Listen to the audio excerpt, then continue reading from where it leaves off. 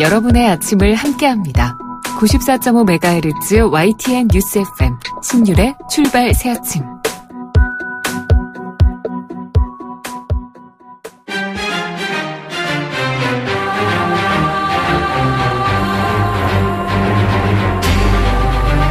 매일 아침을 뉴스로 깨웁니다. 신율의 출발 새아침.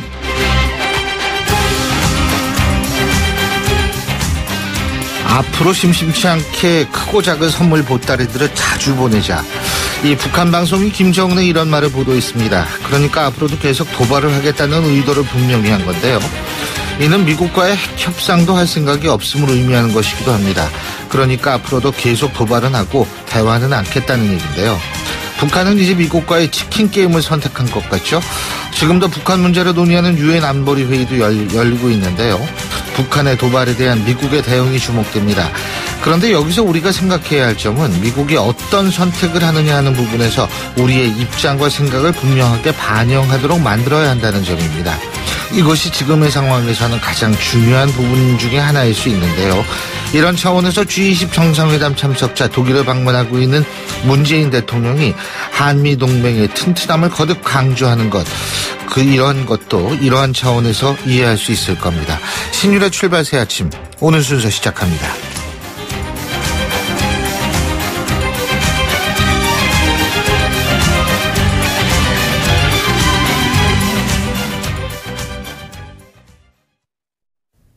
YTN 라디오 신율의 출발 새아침.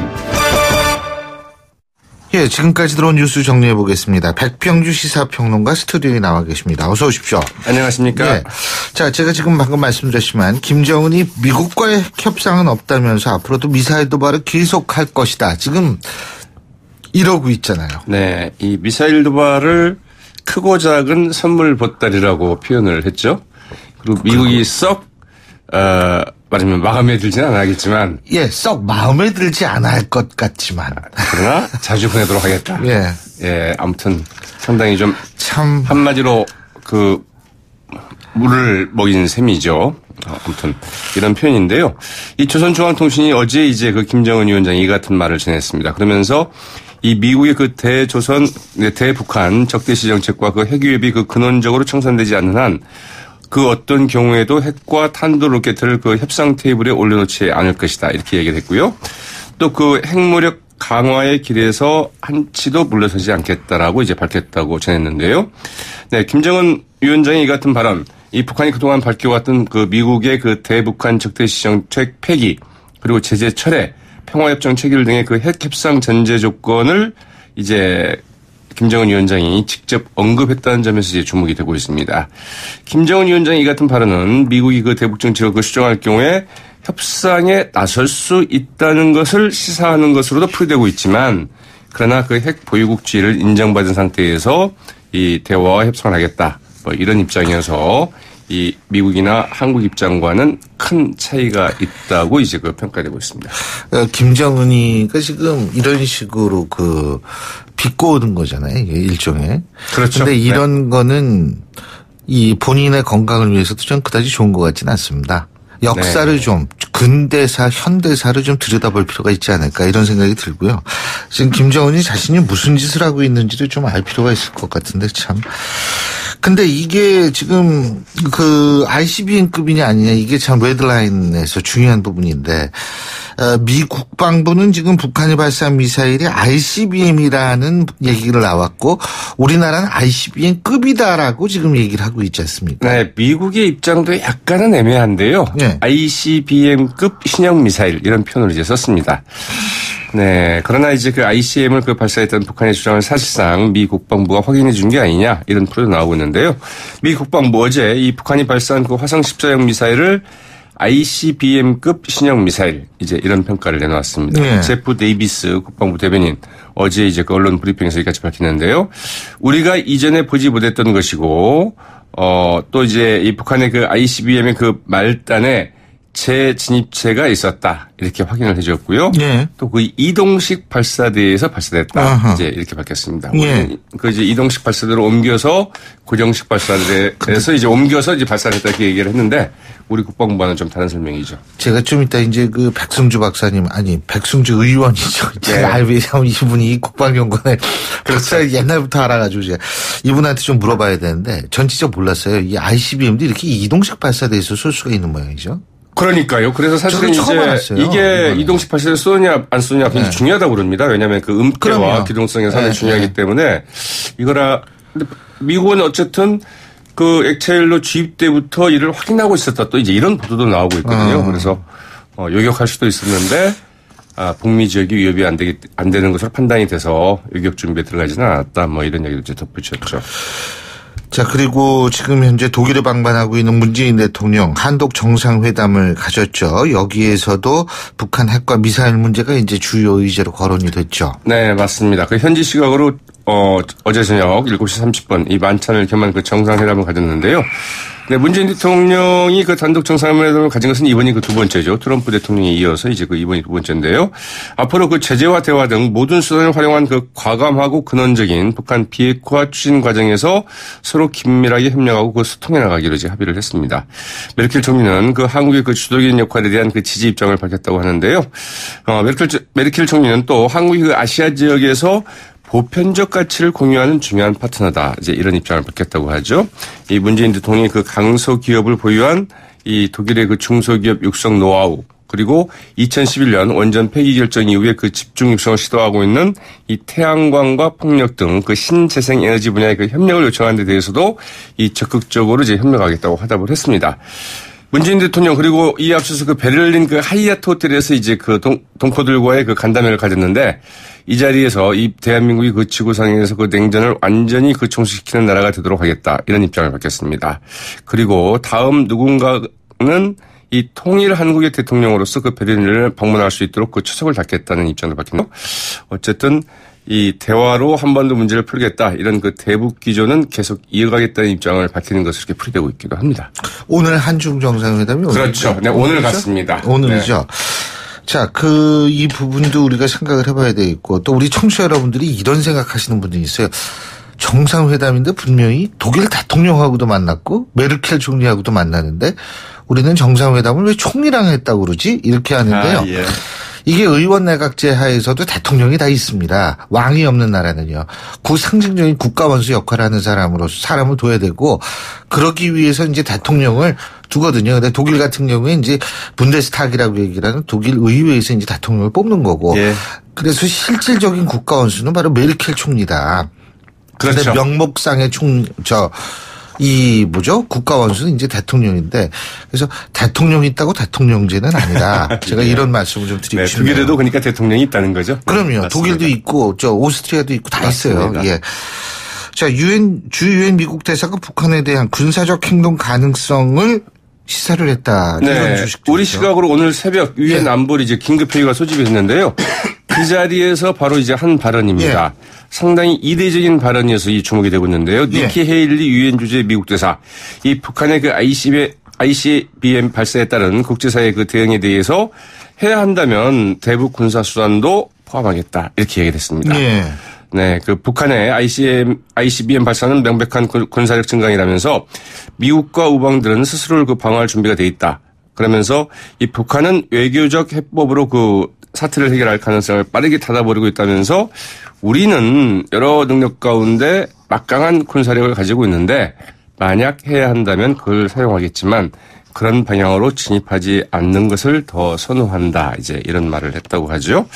네. 헤일리 대사는 그 유엔의 제재를 위반해서 그 북한과의 그 교역을 허용하는 나라는 미국과 계속 교역하는 것을 허용받지 못할 것이다. 이러면서 이 중국의 그 대북 교역이 유엔 제재를 위반할 경우에 그 중국의 그 대미 교역이 그 위태로워질 것임을 이제 그 경고를 했다고 하죠.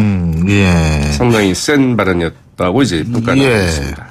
그 헤일리 대사는 또 이 Thanks North Korea라는 그 트윗도 남겨가지고 또 네. 주목을 좀 받았는데 어쨌든 이 문제는 과거 어떤 문제보다도 상당히 심각한 문제라는 사실은 확실합니다. 오늘 국회 예산결산위원회 전체회의가 열리죠. 여기 추경안 어떻게 되는지 여기에서 이제 결정되는 거 아니에요? 네, 오늘 오후 2시에 예산결산위원회 그 전체회의가 예정돼 있는데요. 예. 이제 정세균 국회의장의 그 직권상정 여부가 이제 주목이 되고 있습니다. 예. 정세균 국회의장은 오늘 오후 그 1시 30분까지 이 추경안에 대한 그 예비 심사를 좀 마쳐달라. 이미 이렇게 그 심사 기일을 지정해서 그 통보한 상태이기 때문에 오늘 그 직권상정이 사실은 예, 가능은 합니다. 예. 다만 그 내일 여야 사당 그 원내대표와 그 오찬 회동이 좀 예정돼 있거든요. 그래서 어떻게 될지는 좀 지켜봐야 될 것 같습니다. 그렇군요. 그리고 증안 조작과 관련해서 새로운 얘기들이 좀 나오고 있죠? 네. 국민의당 사건이요? 국민의당 그 박준서 전 최고위원이 그 해당 조작 증언과 제보를 받은 날 박지원 전 대표와 그 통화를 했다 이렇게 주장을 했는데 박지원 대표는 그런 적이 없다 이렇게 얘기를 해오지 않았습니까? 여기에 대해서 박지원 전 대표도 이제 그 통화를 한 것 같긴 하다 이렇게 좀 인정을 했습니다. 그러나 또 하나의 그 미스터리가 발생을 했는데요. 이 통화는 박지원 전 대표가 직접 휴대하고 있던 휴대전화 그 번호가 그 6333인데요. 이 전화번호로 5월 1일 오후 4시 32분경에 36초 동안 이루어졌다고 합니다. 그런데 이유미 씨가 보내준 그 카카오톡 메시지 파일 등을 그 박준서 전 그 최고위원이 보낸 것은 이 박지원 박준서가 아니라 죄송합니다. 이준서 전 대표가 전 최고위원이 보낸 것은 이 박지원 전 대표의 그 비서가 관리하고 있던 다른 휴대전화로 보냈다는 건데요. 통화하고 난 뒤 얼마 안 돼서 바로 보냈는데 왜 다른 휴대전화로 이것을 보냈을까? 이게 좀 의문이 제기가 되고 있는데요. 근데 뭐 36초 통화했다고 뭐 별 얘기. 그래서 박지원 전 대표는 진상조사단이 그 확인한 결과 이런 그 통화 내역이 나와서 이를 부인할 수는 없겠으나 그러나 여전히 통화한 기억은 없다 이렇게 얘기를 하고 있다고 하죠. 예, 오늘 말씀 여기까지 듣겠습니다. 고맙습니다. 네, 고맙습니다. 예, 지금까지 백병규 시사평론가였습니다.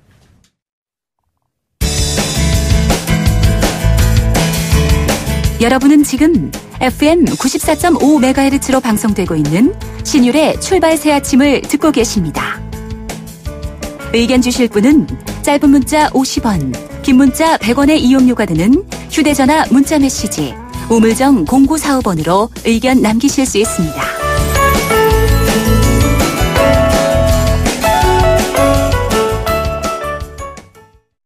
예, 저희가 어제부터 계속 말씀을 드리고 있습니다만, 북한이 그제 오전에 동해상으로 발사한 미사일이 이게 대륙간 탄도 미사일 ICBM이다라는 것이 지금 미국의 결론인 것 같은데요.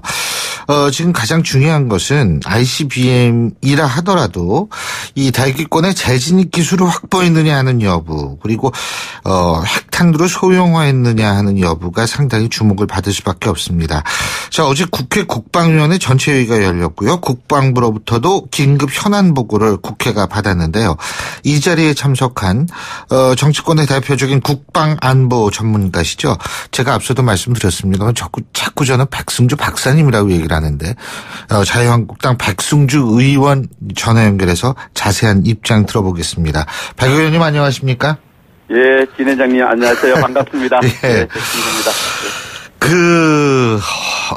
물론 우리 백승주 의원님은 카이다 국방연구원에 또 오래 계셨는데 이게 지금 어떻게 파악하고 계세요? 틀려sun 국무장관은 어제 저희가 방송할 때 속보로 계속 얘기를 한 게 ICBM이다 이렇게 확인을 했는데 동의하십니까? 예, 지금 북한이 미사일을 발사하고 난 뒤에 굉장히 짧은 시간에 22시간 만에 미국 정부를 대표하는 틸러슨 미국 국무부 장관이 ICBM이다 이렇게 밝혔고요.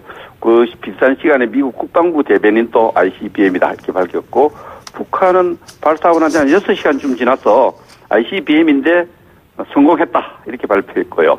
우리 국방부는 어제 국방위원회 와서 ICBM은 맞는데 성공 여부는 좀 따져봐야 된다 이런 입장을 내는데 그 발사 자체는 ICBM이다 이렇게 볼 수 있습니다. 그러니까 공통적으로 ICBM이다라는 사실에서는 큰 이견이 없는데 우리가 이제 성공한 여부는 우리가 얘기할 수 없다. 이 얘기는 재진입 기술 때문에 그런가요? 대기권에 다시 진입하는 기술? 이제 ICBM의 가장 이제 두 개의 구성의 어떤 가장 중요한 것이 사거리 아닙니까? 한 5,500km 이상 나가야 되는 부분이 있고, 그 다음에 이게 대기권 한 1,000km 대기권을 나갔다가 다시 들어와야 되는데, 이제 재료공학의 문제가 있습니다. 그게 그 탄두를 구성하고 있는 부분들이 대기권에 새로 들어올 때는 굉장히 열이 발생하거든요. 이 열의 내열 기능, 그 열에 견뎌내서 그 무기의 기능, 탄두 부분이 대기권에 나갔다 대기권을 다루더라도 그 탄두가 제대로 작동할 수 있는 안정적인 온도를 유지하느냐 이게 중요한데 이 부분에 대해서는 아직 우리 국방부는 좀 더 검토해봐야 되겠다 이렇게 판단을 할 수 있고 이게 탄두에 붙어있는 텔레메트리라는 기능이 있어요. 모든 그 데이터가 들어오는 것은 북한에서만 볼 수 있죠. 우선은 거기서는 안정적으로 내부 온도가 유지했다 북한이 발표했는데 우리 국방부는 기술적으로 한 번 더 성공했는지를 따져봐야 된다. 성공했는지를 우리 아직 모르겠다 이렇게 내놨는데 전체적으로 미 국무부와 국방부의 입장이나 북한의 어떤 발표한 내용 이런 전체를 보면은 상당 부분 기술 진전을 가져왔고 ICBM을 가졌다 이래 볼 수도 있습니다. 자, 그렇다면 완벽성 여부인데 지금 만일 그 약간의 좀 부족한 점이 있다 하더라도 그렇다면 완벽하게 ICBM 기술을 갖게 되는 데는 시간이 어느 정도 걸릴 거라고 우리 정부는 보고 있나요?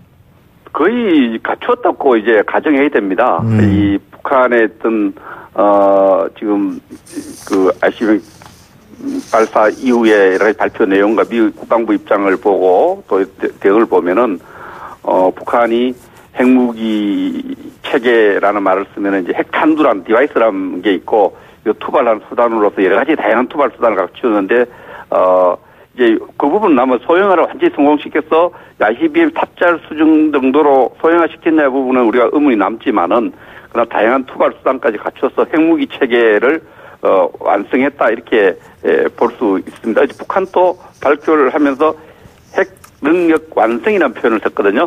그 우리식으로 표현한 핵무기 체계를 이제는 갖췄다 이렇게 이제 선언한 것인데 외교적으로 인정할 수 없어요. NPT 체제상으로. 그러나 군사적 대비 차원에서 보면 핵무기 체계 완성을 전제로 핵무기를 전술적으로 사용할 수 있는 그런 상황이 이르렀다는 걸 전제로 국방 대비를 하고 대북 군사 정책을 전개해야 됩니다. 자, 물론 미국은 공식적으로 레드라인이 어디다 이런 얘기를 한 적은 없는데, 그 레드라인을 넘어섰다고 보십니까? 백승주 의원께서? 레드라인은 트럼프 미국 대통령이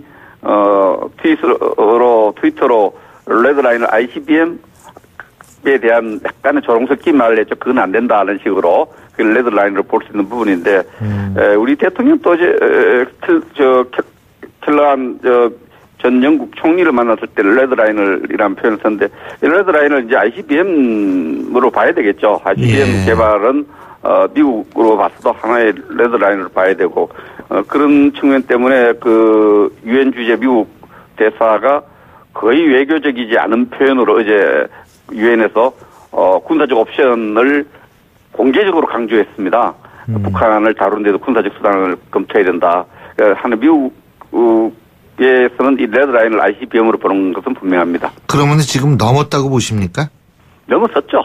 핵을 5차례 실험하고 ICBM까지 발사하는 것은 미국이 인내할 수 있는 그런 수준을 넘어서고 있습니다. 자, 또 하나는 뭐냐면 이 북한이 ICBM을 발사할 것을 우리 정부나 아니면 미국 측에서 미리 인지했느냐 하는 부분인데요.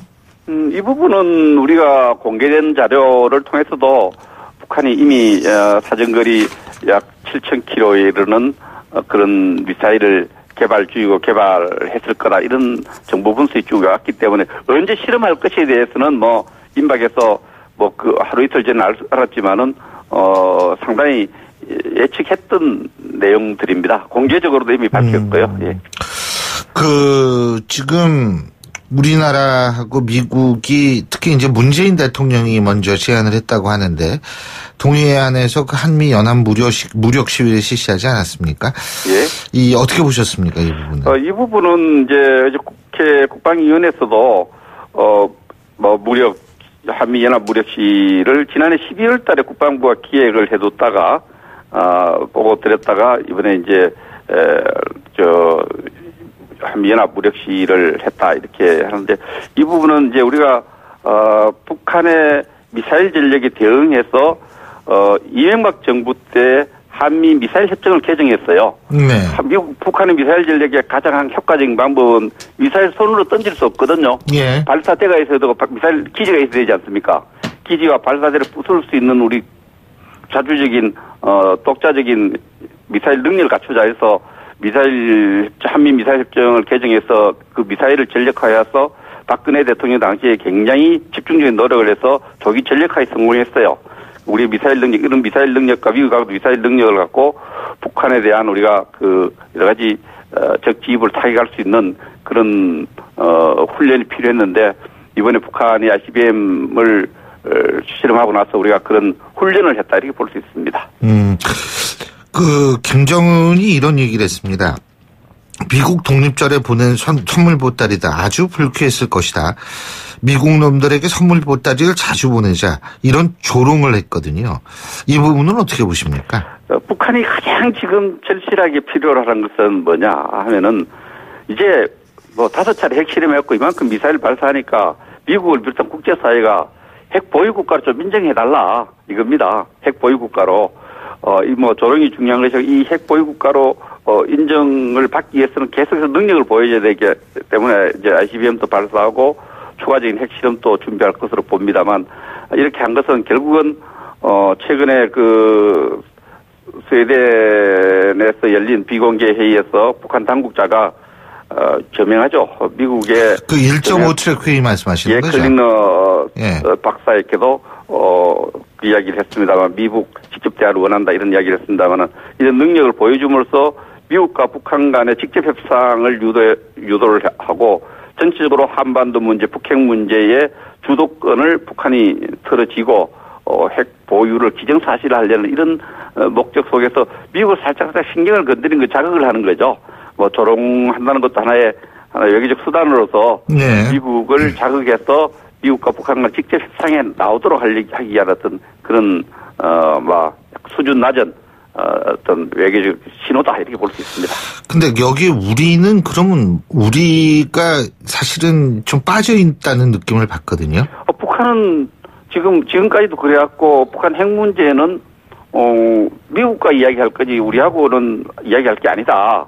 그런 이야기도 어제 북한이 내놓은 이런 메시지를 하면서도 거의 미국만 이야기하지 우리 정부에 대해서는 한마디도 안 해요. 그게 북한 입장에서는 이런 미사일이라든지 핵 문제는 북한과 미국 간의 문제로 이렇게 자꾸 만들려고 하고 우리 정부를 상대하려고 하지 않는 것이 북한의 대남 정책의 핵심입니다. 오래됐죠. 한 70년대 중반부터 이제 그런 식의 접근이 있었다고 그러지만 근데 그럼에도 불구하고 한반도 문제의 당사자로서의 우리가 또 얘기를 안 할 수가 없는데 문재인 대통령 신베를린 선언이라는 걸 발표할 예정이라고 하는데요. 물론 이 내용이 많이 수정될 거라는 얘기도 나오고 있습니다. 어떤 내용이 담겨져야 된다고 보십니까? ICBM 발사로 좀 수정되겠죠. 예. 이제 베를린 선언 청취자님께 베를린 선언하면 익숙한데 한반도 문제와 관련해서 우리 독일 가서 우리 대통령들이 구상을 잘 밝히는데 2000년도에 김대중 대통령이 베를린에 가서 협회 정책을 설명한 적이 있고요. 박근혜 대통령이 또 드레스덴 독일 가서 드레스덴 선언이라 해서 남북한의 민생 인프라를 만들자 이렇게 협력을 밝힌 적이 있는데 이번에 문재인 대통령이 독일 지금 방문을 해서 시식 가서 아마 대화 플러스 제재 한미 정상회담에서 얻었던 약간의 그 대화 제재를 발표를 하려고 했던 것 같은데 그 중에서 인도적 지원 또 남북 대화 재개 또 2단계 핵 문제 해결의 원칙 이런 걸 준비했을 것 같습니다. 그런데 지금 북한이 ICBM 발사했기 때문에 지금 국면에서 좀 대화를 이야기하기는 좀 생뚱맞지 않습니까? 그래서 무게 중심을 대화에 두기에는 좀 국내외적으로 국제사회적으로 또 남북 관계 국내 여론을 봐서도 좀 대화의 무게 중심을 두기 힘들지 않나 이렇게 봅니다. 오늘 말씀 여기까지 듣겠습니다. 고맙습니다. 감사합니다. 지금까지 자유한국당 백승주 의원이었고요. 신율의 출발새 아침 1부 순서 여기서 줄입니다. 잠시 뒤 2부에서 뵙겠습니다. 소통의 아침을 여는 공정한 목소리 신율의 출발새 아침. 신율의 출발새 아침 2부 순서 먼저 광고부터 듣겠습니다. 목요일 아침이죠. 7시 41분 초 지나고 있는데요. 자, 목요일 아침 교통 상황 알아볼까요? 김정은 캐스터. 네, 출발새 아침 교통정보입니다. 서울 외곽순환고속도로 구리에서 판교 가는 길 출근길 정체가 조금 심한 편입니다. 2시간 전쯤 송파를 조금 못 간 지점 1차로에서 화물차 추돌 후에 싣고 가던 적재물을 도로에 쏟은 사고가 있었는데요. 조금 전에 사고 차량은 모두 치워진 상태입니다. 다만 뒤쪽으로 구리 남양주 요금소부터 송파까지 무려 16km 구간에서 길게 정체가 되고 있는데요. 가급적이면 주변 국도로 이용하시는 편도 좋겠습니다. 반대편 판교에서 구리 쪽으로 가는 길은 송파에서 서하남까지 3km 구간 밀립니다. 경인고속도로 서울 쪽으로는 부천에서 신월까지, 반대편 인천 쪽으로는 인천 요금소부터 서인천까지 차간 거리를 좁히고 있고요. 이어지는 국계대로는 여의도 쪽으로 가는 길 목동교 부근에서 시속 30km 안팎으로 이동을 합니다. 서울시내 자동차 전용도로 중심으로 정체가 이어지고 있는데요. 강변북로는 구리 쪽으로 가양대교부터 성산대교, 서강대교에서 동작대교까지 밀리고 있는데 이 구간 올림픽대로도 비슷하게 정체입니다. 출발새 아침 교통정보였습니다. YTN 라디오 신율의 출발 새 아침. 북한의 그 ICM 시험 그 발사에 대해서 유엔 안전보장이사회가 우리나라 시간으로 오늘 새벽 긴급회의를 소집을 했는데요. 지금은 끝이 났는데 문제는 결론이 나지 않은 것으로 지금 알려지고 있습니다. 미국 쪽과 이 중국, 러시아 측의 의견이 많이 갈리기 때문이다. 이런 속보가 지금 전해지고 있는 상황인데요. 자, 그렇기 때문에 이 지금 유엔 안전보장이사회에서 보다 강력해진 이 대북 제재 결의안이 과연 앞으로도 나올 수 있을지 이런 부분에 관심을 가질 수밖에 없습니다. 이 부분에 대해서 알아보겠습니다. 오준 전 유엔 대사 전화 연결하겠습니다. 오 대사님 안녕하십니까? 네, 안녕하세요. 지금 끝났는데 결론이 안 났다 이건데요. 저도 이야기 들었는데요. 네. 그러면 이제 이런 회의를 긴급회의죠. 안보리 긴급회의를 하면은 우선 토론은 하지만 토의는 하지만 실제로 이제 제재 결의안을 강화한다든지 이런 데 시간이 걸리거든요. 네. 보통 적어도 한 달 이상의 시간이 걸렸습니다. 과거에도. 네. 그래서 그런 제재 결의안이 새로 나오는 건 좀 기다려야 되고요. 뭐 규탄 성명 정도는 아마 하루 이틀 안에 나올 수 있을 거라고 생각합니다. 근데 지금 중국하고 러시아, 그리고 이 두 나라하고 미국하고 입장이 많이 다르기 때문에 이게 좀 진통을 겪고 있다. 이런 얘기도 나오는데 이 부분은 어떻게 보십니까? 그러니까 뭐 규탄 성명도 사실은 거기는 뭐 제재 내용이 들어가는 건 아니지만 네. 그런 얼마나 강한 표현을 쓰냐 하는 게 있기 때문에 그거를 놓고 하루 이틀 줄다리기를 할 수는 있죠. 그러나 뭐 규탄 성명은 제가 볼 때 큰 문제 없다. 할 거고요. 예. 다만 이제 제재 결의안을 새로 만들려고 오늘 미국 대사가 분명히 얘기했거든요. 제재 결의안을 새로 만들겠다고요. 예. 근데 이제 그거는 과거의 전례를 보면 한 달, 두 달, 어떤 데 세 달까지도 걸렸습니다. 근데 지난번에 북한이 5차 핵실험했을 때 유엔의 대북 제재안도 뭐 초강력 제재안이다 이런 얘기가 나왔었는데 어떻게 더 강력한 제재안이 나올 수가 있는 거예요? 나올 수 있죠. 그리고 오늘 이미 미국 대사가 그 발언한 내용 중에 네. 그런 말하자면 어떤 요소를 담을지를 비췄죠. 원유 제공을 특히 군사적 목적의 원유 제공을 못하게 한다든지 그런 북한과 이제 무역을 하는 나라에 대해서도 예. 제재를 하겠다든지 뭐 이런 내용들을 이미 비쳤거든요. 그러니까 네. 제재는 더 강화할 수 있습니다. 근데 거기에는 지금 말씀하셨듯이 중국의 협조가 필수적 아닙니까? 네. 그래서 미국 대사도 중국이 북한과의 무역의 90%는 중국이 하고 있는데 중국이 협조하지 않으면 곤란하다 하는 식으로 얘기했고 또 중국이 협조하지 않으면 중국에 대해서도 불리하게 하겠다는 그런 내용의 이야기도 하였습니다. 중국이 지금 어느 정도 호응해 줄 거라고 보십니까? 지금 상황에서?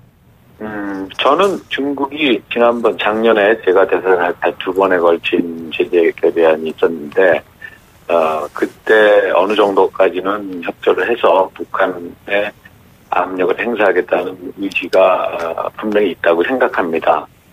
그런데 네. 이제 그럼에도 불구하고 이런 미사일 도발 같은 걸 하는 거는 말하자면 중국의 말도 제대로 통하지 않는다 하는 뜻도 되고요. 그 다음에 이제 중국이 말하자면 압박을 하는 데 있어서도 극약 처방이라고 할까요? 아주 강한 정말 뭐 원유 제공 같은 거요. 글쎄요. 그런 거는 하지 않는 건데. 왜요? 그런 거를 하면 이제 북한이 자칫하면은 말하자면 붕괴한다 이런 우려가 있겠죠. 예, 붕괴. 그러니까 실제로 중국의 입장에서 볼 때 이 북한이라는 게 일종의 버퍼존이기 때문에 완충지대이기 때문에 네. 어떻게든 살려놓으려고 한다 이 말씀이신데요. 그러니까 핵무기만 포기하게 할 수 있는 방법이 있다면 그렇게 하겠는데 예. 그렇게 하다가 잘못해서 북한이 붕괴한다 이런 거는 중국의 입장에서는 더 바람직하지 않은 상황이라고 생각하겠죠. 그래서 이제 그렇다. 그렇다면은 이번에 뭐 초강력 제재를 또 만들려고 한다 그래도 중국은 여전히 소극적일 수밖에 없겠네요. 물론 이제 미국이 원하는 대로 제재안을 만들면 어렵겠죠. 중국과 네. 타협해야 하니까. 그런데 오늘 니키 헬리 미국 대사가 얘기한 내용으로 봐서는 본인이 트럼프 대통령과 또 장시간 얘기한 그에 나왔다 이렇게 얘기했거든요. 그래서 예. 그런 걸로 봐서는 미국의 의지가 강하니까 또 중국의 이미 그 단독은행에 대한 제재 등 중국의 불리한 조치를 최근에 미국이 하고 있거든요. 예. 그런 걸로 볼 때는 강화될 것은 틀림없을 것 같습니다. 지금 대사님께서는 레드라인을 넘었다고 보십니까? 김정은이가? 말하자면 이 ICBM, 지금 사실은 뭐 이게 ICBM이었냐 아니냐 하는 이 논의도 조금 있고, 뭐 미국이나 우리는 ICBM으로 판단을 하는 거 아닙니까? 예. 그리고 ICBM을 고각도로 발사해서 너무 멀리 날아가지 않게 한 거 아닙니까? 예. 그건 무슨 뜻인가 하면 결국 다른 나라에 지나치게 위협을 주지 않으면서 기술을 완성하겠다 이거거든요. 예. 그러니까 그렇게 본다면 거의 기술 완성에 가까워졌다고 봐야 되고요. 예.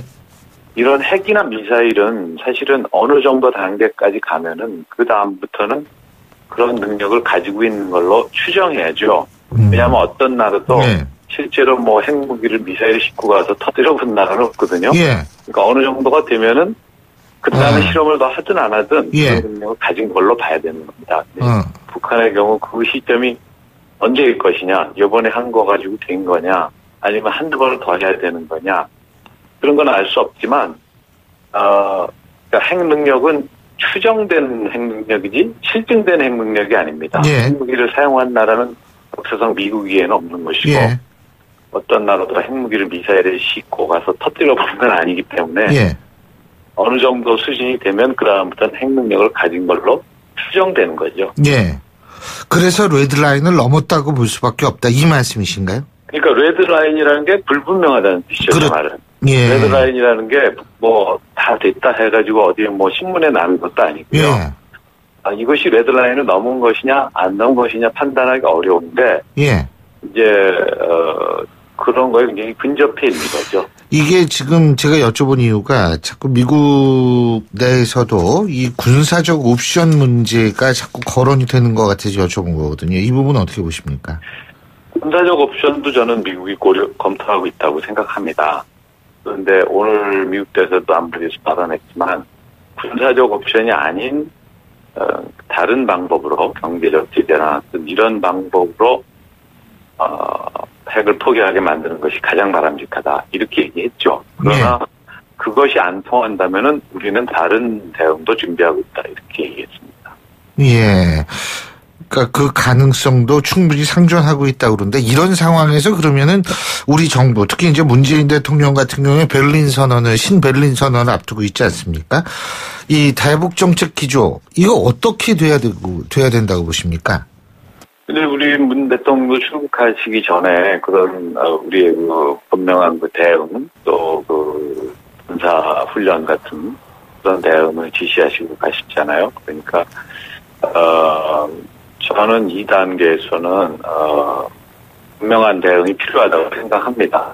우리는 군사 대응이 한반도에서 전쟁으로 비화될 수 있기 때문에 현 시점에서 그런 것이 물론 바람직하지 않지만 군사 대응의 필요성이 없으려면은 밖에 다른 압박과 제재가 훨씬 강해야 군사 대응의 필요가 없어지겠죠.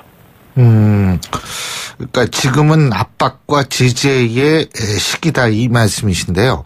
지금 우리가 할 수 있는 압박과 제재가 있나요?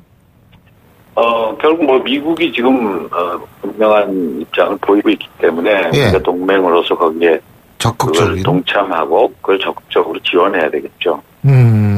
그렇군요. 오늘 시진핑 중국 주석하고 단독 정상회담 있는 걸로 아는데 어떤 얘기를 해야 될 거라고 보십니까? 그런 부분은 이제 중국이 역시 어떻게 보면 어떤 의미에서는 칼자루를 쥐고 있기 때문에 중국의 측의 그 분명한 그 입장 또 중국 측의 그런 분명한 조치 이런 것을 요구해야 할 걸로 봅니다. 중국이 어떻게 나오느냐가 이제 제일 중요한 것 같은데 말이에요. 예, 잘 알겠습니다. 예, 오늘 말씀 잘 들었습니다. 고맙습니다. 네, 감사합니다. 예, 지금까지 오준 전 유엔 대사였습니다. 신율의 출발새 아침 2부 순서 여기서 줄입니다. 전 뉴스 들으신 이후 8시 10분 3부에서 뵙죠.